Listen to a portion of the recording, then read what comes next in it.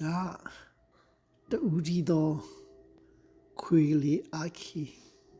အိမ်ရောက်တာဟိုးအသက်လေးနှစ်ကနေလေးလသားလေးကနေရောက်တာအခုတော့အသက်6နှစ်ကျော်သွားပြီတက်တန်တဝက်လောက်ကျိုးသွားပြီသူကအဲ့အသေးပြုတ်ကျွေးစားတယ်အမြင့်တီစားတယ်ပြီးတော့တခြားသူ့ရဲ့အစားအသောက်ကလေးတွေအချောက်ကလေးတွေရှိတယ်50မျိုးရှိတယ်ဈေးကြီးတယ်နော်ဈေးကြီးတယ်ပြီးတော့ insurance တစ်လကို50လောက်ဝယ်ရတယ်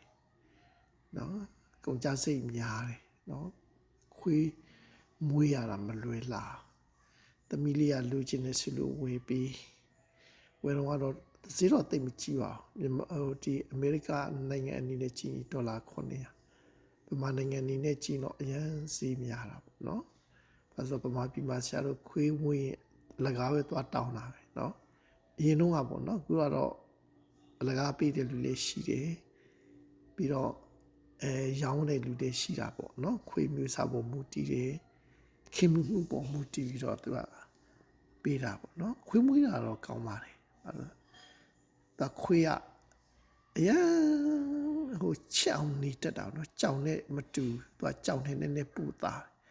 တခင်ပြန်လာရင်တခါတဲ့အမီနဲ့အသကုံကျူနော်သူကလူတွေလိုမဟုတ်ဘူးစိတ်ဆိုးစိတ်ကောက်တာတခုမှမရှိဘူးသူကလေတခင်ဘလောက်ပဲဆူဆူတခင်ကိုဘယ်တော့မှညှို့ညင်တာမရှိဘူးနော်တခင်ကိုမုန်းသွားတာမရှိဘူး